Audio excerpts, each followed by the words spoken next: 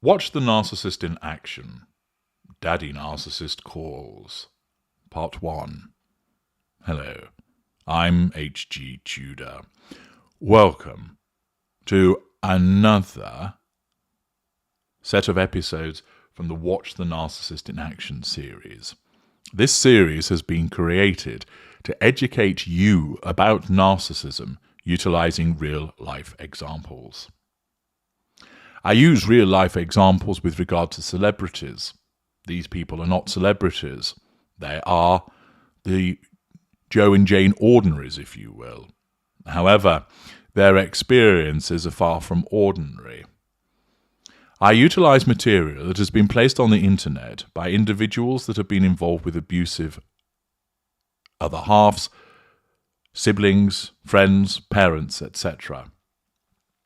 These individuals made this material available because they wanted to show the behavior to other people.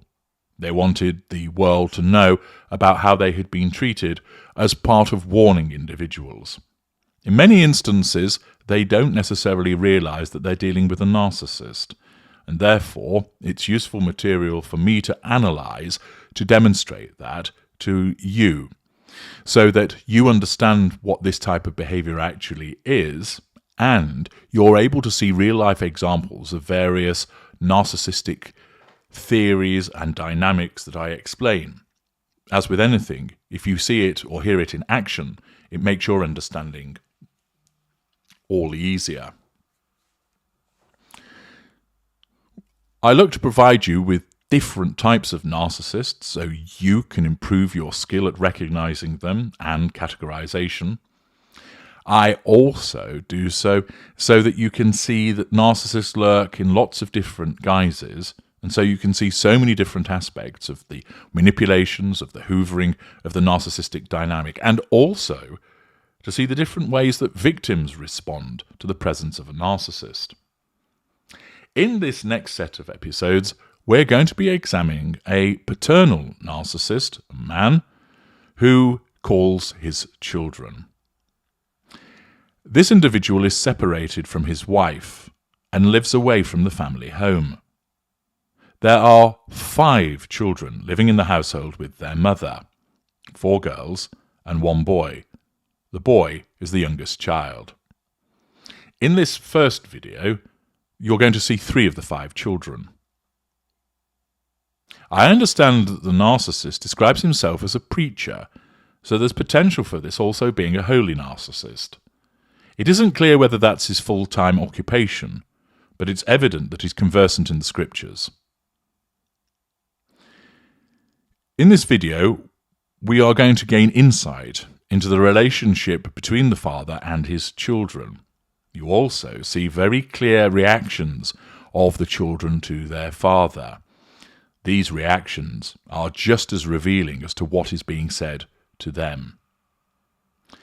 The video commences with the narcissist speaking to his daughter, who is the second eldest of the daughters still living at home. I'm now going to play the footage. So what I'd like you to do is be thinking about what manipulations are you witnessing, what are you seeing from the victim by way of their reactions, and of course, be keeping in mind what type of narcissist are you watching, or at least listening to. Here comes the footage. Okay to call me in the evening and not during the day? No, sir. So you say that every day, baby. You say, no, sir, I can call you during the day. Then why do you wait at night, love, when all kinds of things happen and you're never able to call me? Why don't you call me during the day?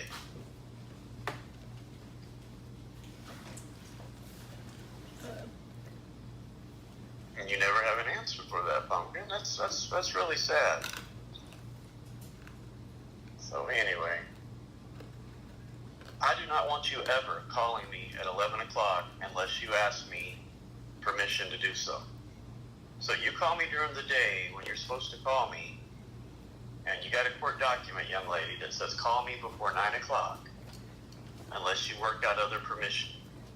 Now, if there's an emergency or something's going on, or I'm at work and I can't talk or something, you can only call at night, but that's not the case, baby.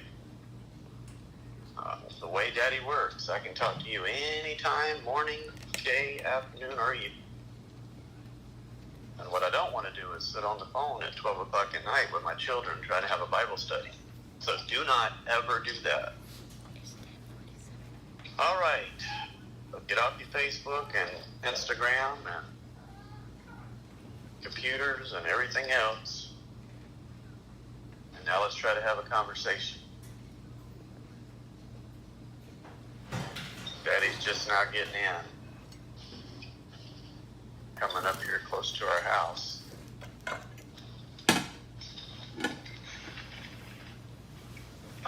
Okay. What does the neighbor's dog need?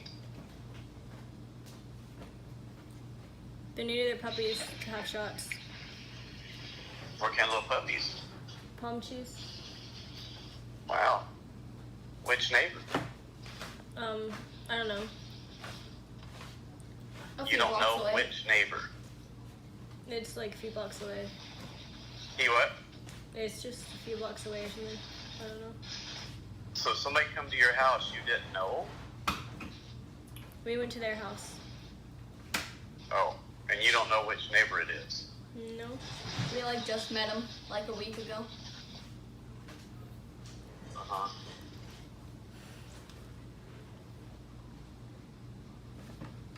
Okay.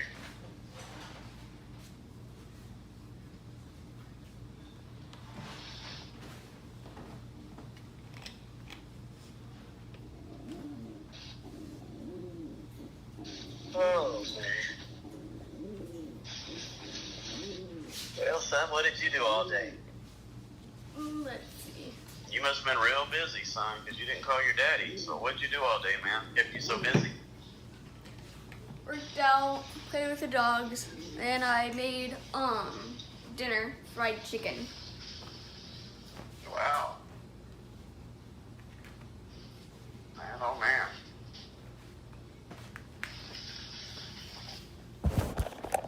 What'd you do, Sienna?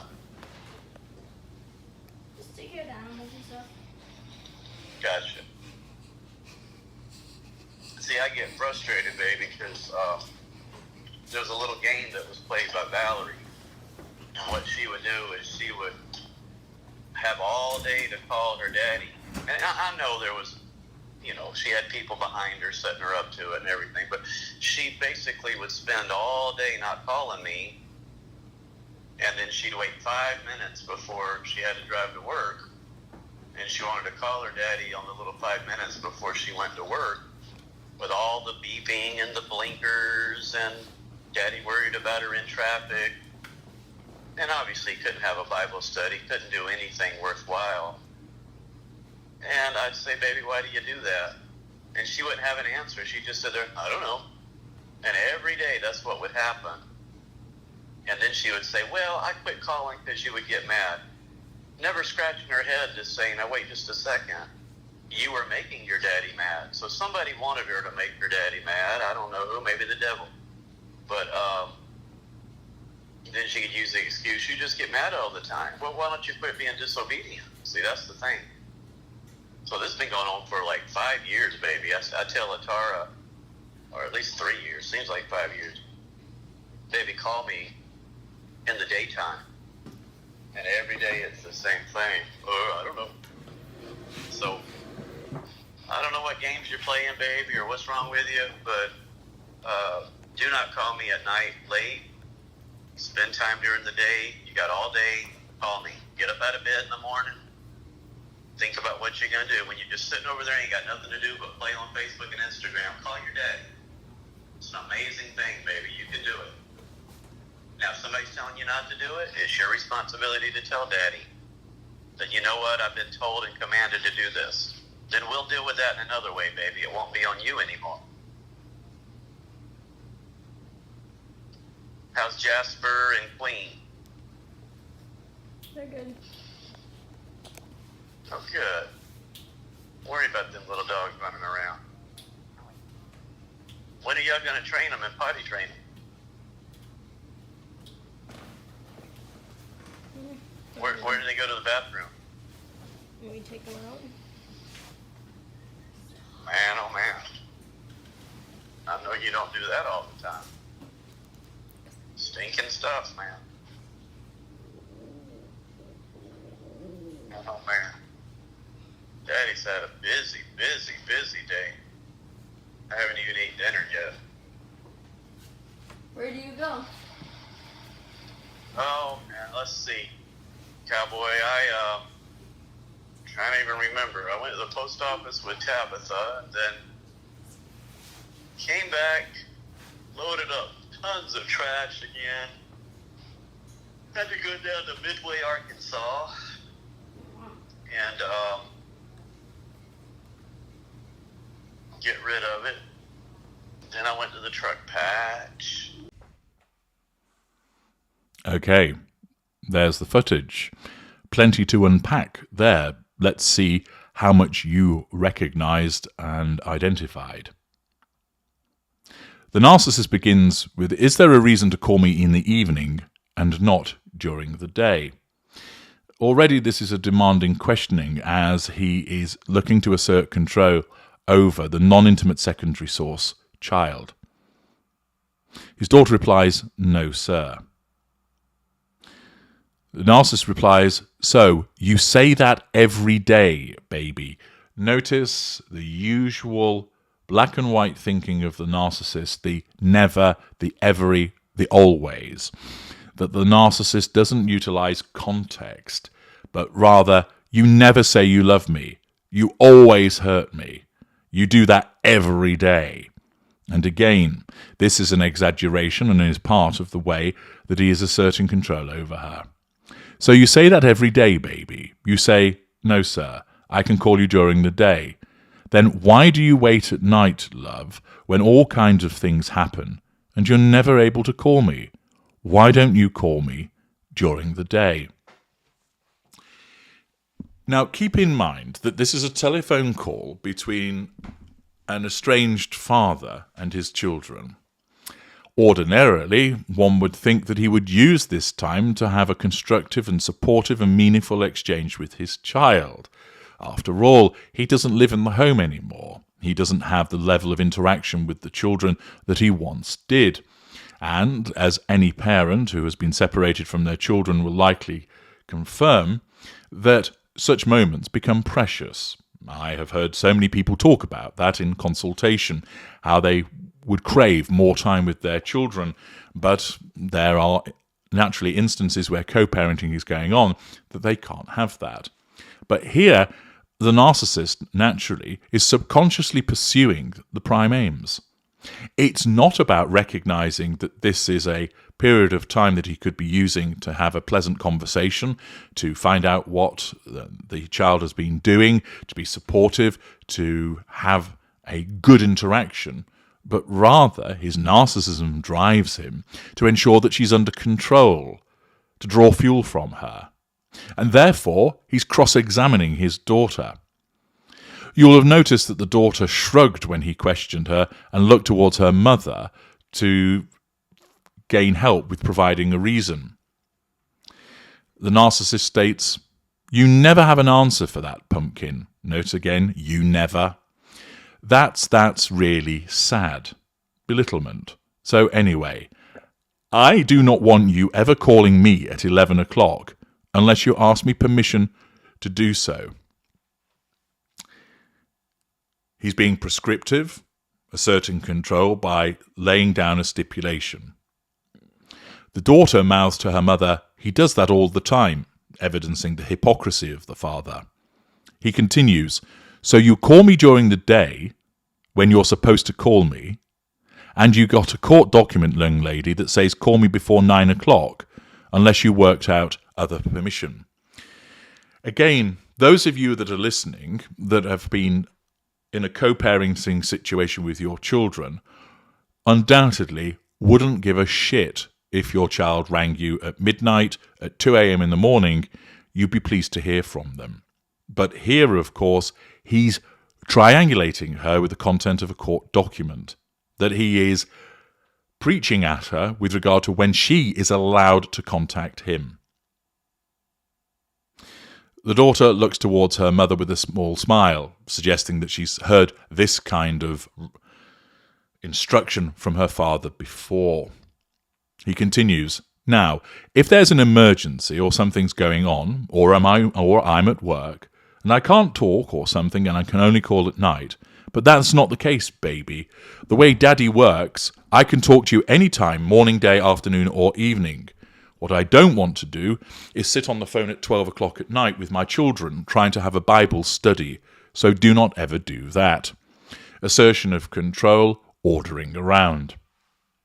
Notice also exaggeration. He's suggesting it's midnight. This is picked up on by the daughter as she whispers to her mother, "It's 10:47, and then laughs.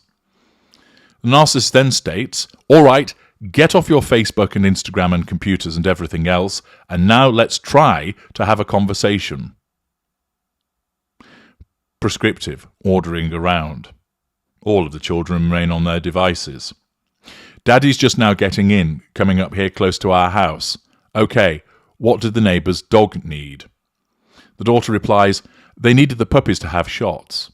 "What kind of little puppies?" he asks. "Pomchies." "Wow, which neighbour?" At this, the daughter again looks towards her mother for reassurance or guidance as to what to say. This is telling. This demonstrates that this daughter has been has been conditioned to be uncertain as to what she ought to say when dealing with her father, because she's clearly used to there being an adverse reaction from him, so that she's treading on those proverbial eggshells that's causing her to reference her mother to find out how she should respond. The narcissist asks, "You don't know which neighbour?"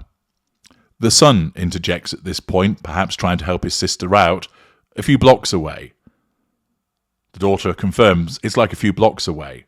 "You what?" asks the narcissist. "It's just a few blocks away," she explains. "I don't know." The narcissist, in a disbelieving tone, states, "So somebody comes to your house you didn't know?" He's expressing his disapproval and triangulating his daughter with this individual. The daughter, again, conditioned to be wary of what she says to her father, looks to her mother for reassurance. "We went to their house."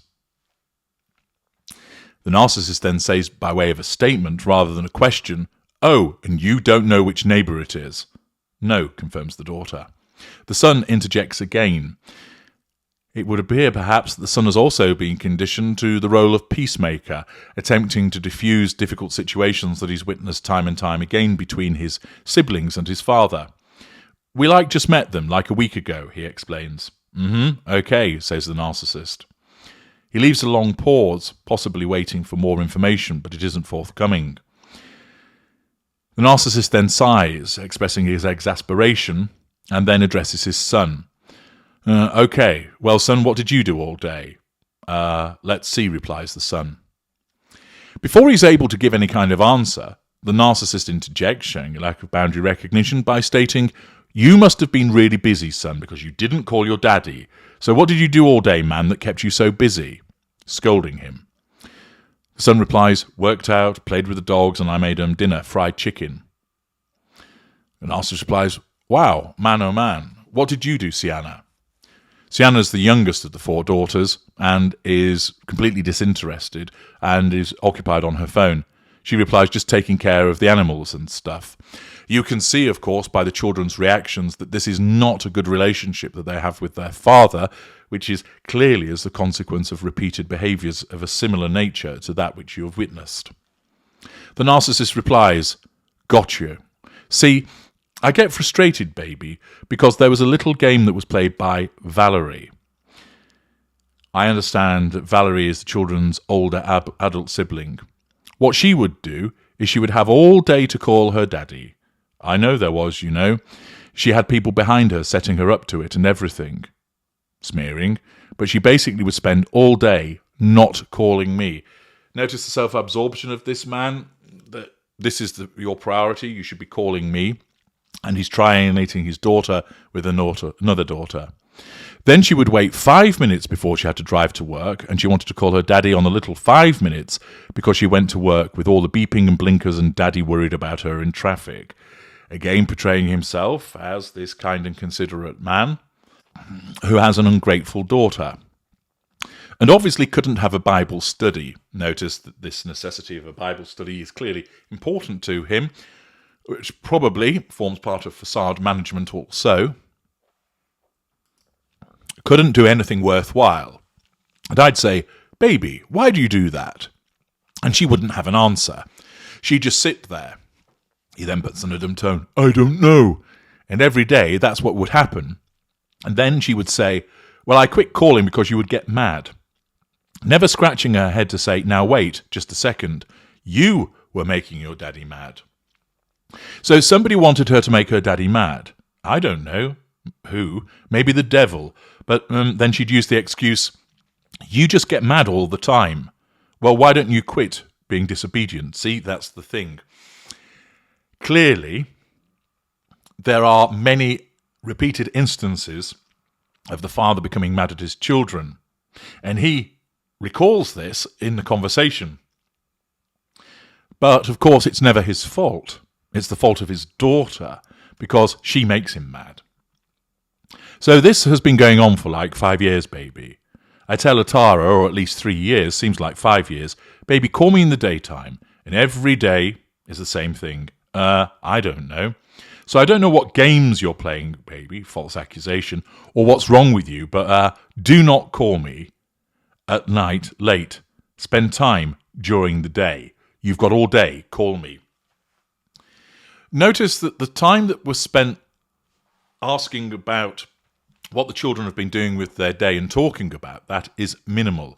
And instead, this man behaves as if he is in the pulpit, preaching at his daughter about the parable of the other daughter who called with only 5 minutes to spare before driving. Triangulation, monologue, belittlement. The daughter then mouths to her mother that she has a bite on her ankle and is clearly disengaged from the monologue that she's just heard. The narcissist, however, continues. "Get up out of bed in the morning. Think about what you're going to do when you're just sitting over there and you've got nothing to do but play on Facebook and Instagram. Call your daddy." Sense of entitlement, ordering around. "It's an amazing thing, baby. You can do it. Now, if somebody's telling you not to do it, it is your responsibility to tell daddy that." The clear insinuation, driven by his paranoia, that mum is preventing them from contacting him. "You know what? I've been told and commanded to do this. Then we'll deal with that in another way, baby. It won't be on you anymore." Notice how he makes reference to if somebody else is interfering in the process, they're commanding them, but he, of course, isn't. Although, of course, objectively, it can be seen that he is. The daughter doesn't respond and continues looking at her phone. The narcissist shifts topic. "How's Jasper and Queen?" Reference to the dogs. The daughter replies, "They're good." "Oh, good. I worry about those little dogs running around." False compassion. There's a pause. "When are you all going to train them and potty train them?" The daughter, disinterested, mumbles, "I don't know." Narcissist asks, "Where do they go to the bathroom?" Daughter replies, "We take them out." She looks towards her mother, mildly exasperated. "Man, oh man," says the narcissist, "I know you don't do that all the time." How does he know that? This, of course, is where he thinks he's omniscient, which, of course, is magical thinking and grandiosity. Stinking stuff, man. Daddy's had a busy, busy, busy day. I haven't even eaten dinner yet. Pity play. Of course, as a father, he could make mention of that, but the point is, as a parent, he should be the one that's taking an interest in what his children are doing, not preaching at them, not trying to elicit sympathy from them by way of a pity play. The son then asks, "Where did you go?" The narcissist replies, "Oh man, let's see, cowboy. Trying to remember. I went to the post office with Tabitha, then came back, loaded up tons of trash again, had to go down to Midway, Arkansas, to get rid of it. Then I went to the truck patch." And there the conversation ends. This gives you a very useful opening flavour for the behaviour of this man, who clearly sees himself as a figure that ought to be respected, that is a God-fearing, decent individual who deems that it's appropriate to order his children around and to be prescriptive with regard to how they ought to behave in relation to their communications with him. The reactions of the children speak volumes. They don't really engage with him. They only speak because they probably feel that they have to. They're wary of what they say, likely, as I've explained, as a consequence of a long period of conditioning. And they demonstrate that the relationship that they have with their father is not a good one. What are your thoughts about the interaction that you've witnessed?